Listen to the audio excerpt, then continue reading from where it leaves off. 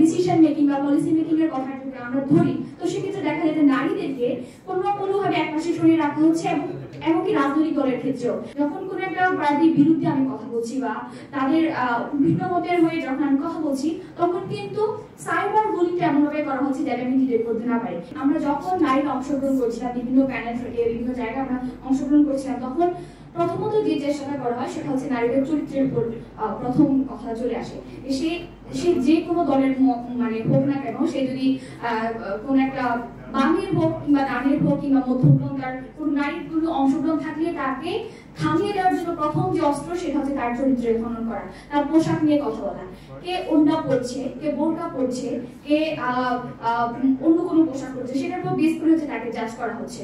এবং সবচেয়ে যেটা গুরুত্বপূর্ণ ইস্যু সেটা হচ্ছে কি, কোন একটা নারী শিক্ষার্থী যখন তার মতের বিরুদ্ধে, যখন অন্য কোনো পার্টি যখন মতের বিরুদ্ধে কথা বলে, সাইবার বুলিং এর যে ব্যাপারটা এখন যেটা হয়েছে কি, রাজনৈতিকভাবে যারা থাকে বা ফ্রন্ট লাইনে যারা থাকে, তারা যখন কথাবার্তাগুলো বলে তখন কিন্তু আমরা সবাই ডিটেক্ট করতে পারি। কিন্তু সবচেয়ে ইন্টারেস্টিং যে বিষয়টা হচ্ছে, যখন কোনো একটা পার্টির বিরুদ্ধে আমি কথা বলছি বা তাদের ভিন্ন মতের হয়ে যখন আমি কথা বলছি, তখন কিন্তু সাইবার বুলিংটা এমনভাবে করা হচ্ছে যাতে আমি ডিটেক্ট করতে না পারি। কিন্তু আসলে আপনি যতই ভাবে বলেন না কেন, আমি যদি ওই ব্যাপারগুলো নিয়ে কথা বলতে চাই, কারা আমাকে অ্যাটাক করছে সেটা যদি আমি বলতে চাই, তাহলে কিন্তু এটা বুঝতে পারা যায় কোনো একটা নির্দিষ্ট গোষ্ঠী থেকে কথা বলার কারণে আমাকে এই সাইবার বুলিং এর কথা বলা হচ্ছে। সেখানে এই রিসেন্ট ডাকসুতে আমার একটা রিয়েলাইজেশন, যখন নির্বাচন চলছিল সব, তখন আমার একটা কথাই বারবার মনে আসছিল যে আমি কেন নির্বাচনটা করতে আসলাম। আমি যদি নির্বাচনটা করতে না আসতাম, তাহলে এই ধরনের গালিগুলো, মানে আমি আমার যে গণযোগাযোগ মাধ্যমে যে স্প্যাম গুলো বলেন বা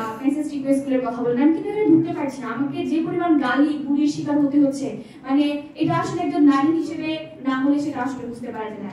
এবং এর পরবর্তীতে দেখা যায় যে, বিশেষ করে আমরা যেহেতু গণঅভ্যুত্থানের কথা বলছি, আমরা যখন দেখলাম যে প্রাইভেট থেকে শুরু করে পাবলিক বিশ্ববিদ্যালয়ের শিক্ষার্থীরা যখন হল থেকে আন্দোলনে নেমে আসলো, রাস্তায় যখন নেমে আসলো, তখন কিন্তু আন্দোলনটা জোরালো হয়ে আসলো। কিন্তু পরবর্তীতে আমরা যখন কোনো একটা ডিসিশন মেকিং বা পলিসি মেকিং এর কথা যদি আমরা ধরি, তো সেক্ষেত্রে দেখা যায় যে নারীদেরকে কোনো না কোনোভাবে একপাশে সরিয়ে রাখা হচ্ছে। এবং এমনকি রাজনৈতিক দলের ক্ষেত্রেও রাজনৈতিক দলের যে ব্যাপারটা, সেটা আমার কাছে মনে হয় যে যখন কোনো রাজনৈতিক দলের তার হয়ে কোনো নারীকে অংশ নেওয়ার কথা বলে, তখন কিন্তু সে তার রাজনৈতিক দলের এজেন্ডা বাস্তবায়ন করে। একজন নারী হিসেবে তার যে কথাগুলো বলার কথা, সেগুলো কিন্তু বলছে না।